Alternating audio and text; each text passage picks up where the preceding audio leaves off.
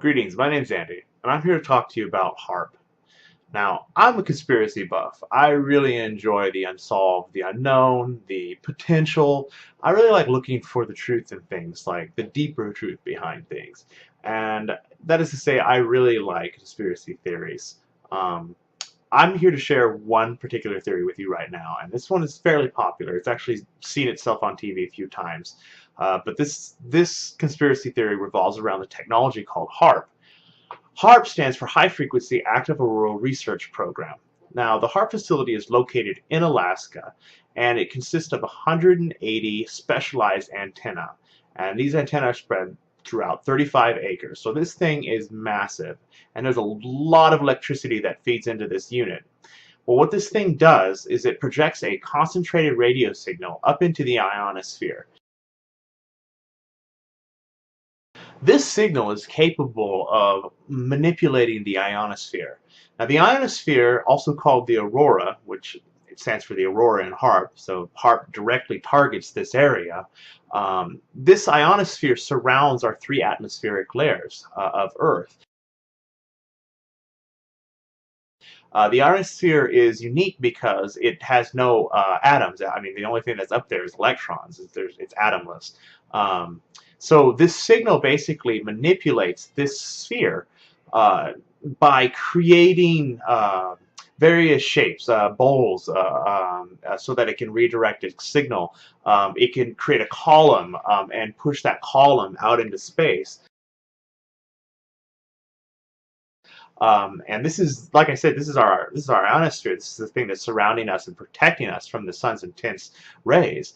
And by manipulating the ionosphere in these ways, it's able to do a couple of things. When it creates a bowl shape, when the beam comes up and it starts to heat up a particular area of the ionosphere, it can create a bowl. And it could basically bounce its signal off of one side of the bowl back onto the Earth, or maybe off one side of the bowl back off into another area of the Earth, creating yet another bowl in there, that ionospheric portion of the Earth, and then redirecting its signal once again. By doing this, it's a concern because if you can bounce a concentrated radio signal in the various frequencies back onto the Earth, well, you can do a lot of bad things with that. You could trigger areas that may have shaky fault lines and create earthquakes. I mean, it actually says on the HAARP website it is capable of creating extremely or ultra low frequency waves. And in tomography, they've discovered that you can create earthquakes by producing these extremely low frequencies. I mean, it's been proven.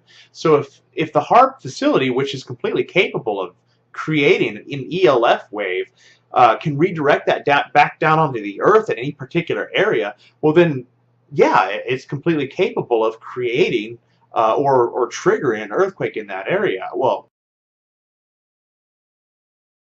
another concern that the HAARP has around it is basically it can create columns of the ionosphere, the aurora, and it can push those columns further into space. So it's like the signal comes up and it heats up a particular area, and then it continues to push that particular area of the ionosphere up into space. Well, the problem with this is the fact that, don't forget, the ionosphere surrounds all three of our atmospheric layers.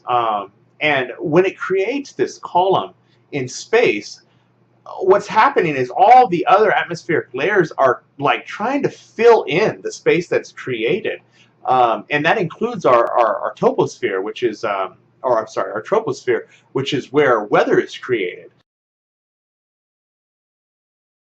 So can HAARP directly control the weather? No, but in an indirect way it can. So let's say a storm was headed for a particular area, and HAARP decided to, maybe 50 miles north of that area, push the ionosphere out into outer space.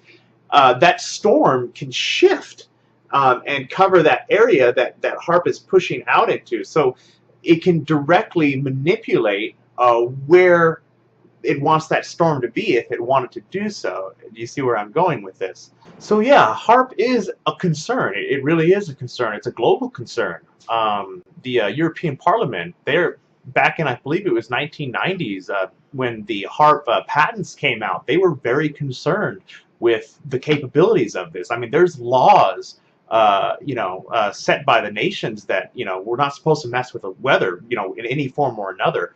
The European Union, they actually wanted some of the representatives from HAARP to come and speak and kind of like put to rest some of their fears that they had concerning this back in the day, the 1990s, this new program. Well, HAARP's been around a while now.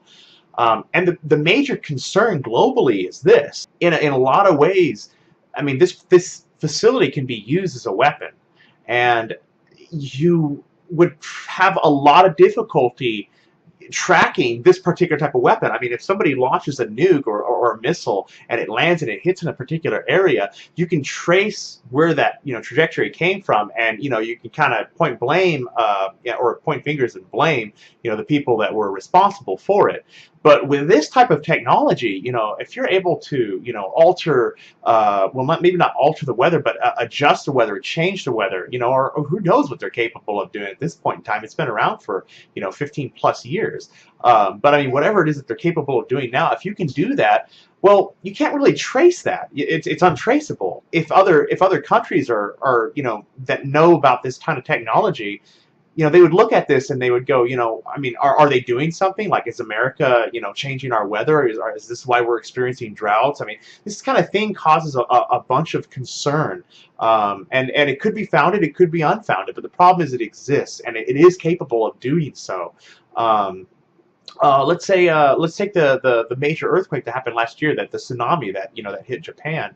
I mean, there's speculation, there's conspiracy theory right now that argues that HAARP was generated in ELF, 3 days prior to that event.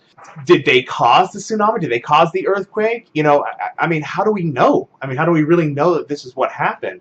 How do we know it wasn't just an act of nature? Well, that's the problem with HAARP, is it gives cause, it gives openness to speculation and concerns like this. This is why we need to do something about it. Americans, the people of the world, I mean, we really need to do something about this. We can't have these government programs operating in the background and kind of being off limits to the public, to the nations of the world. This type of program, I think, does merit some investigation. But I don't think it needs to be in the hands of a Department of Defense, United States Air Force, the government. This should be a publicly run a sector of our study. And I do think that this type of communication device, which is what they claim for it to be, is primarily communication. I think that there is a lot of merits to it, and I think that we should pursue and follow this technology. However, I think we're doing it the wrong way. We should not let our government do this, or if it is controlled by the government, it should be just completely open door policy. Other nations should have access to this as well. We need an accountability, if you will. So what I'm asking you, the people out there of the world, because this is a concern, this is a global concern, please get in contact with your fellow people, your friends. Get in contact with your senators if you're in the United States of America. Get in contact with your representatives for your states. Let them know that this is a concern for you. Heck, I mean, post something on Reddit, for goodness sakes. I mean, it probably is already posted under the conspiracy port. But anyways, but yeah, this is a concern. We need to bring awareness, number one. I mean, nothing can change without awareness granted. And people need to know what HAARP is capable of doing. Not at this point what it could have done, because that's where the conspiracy theory lies. I mean, things need to be investigated, I agree. But right now, people need to know what this device is capable of. So you are responsible for spreading this information. So the next time you're hanging out with friends and whatnot, and you think of something fun to talk about, go ahead and talk about HAARP. Talk about what this thing is capable of. Let the awareness be known about it. And it's up to us to be able to change the future for our nations and for our people. Well, thank you for your time. I really appreciate it.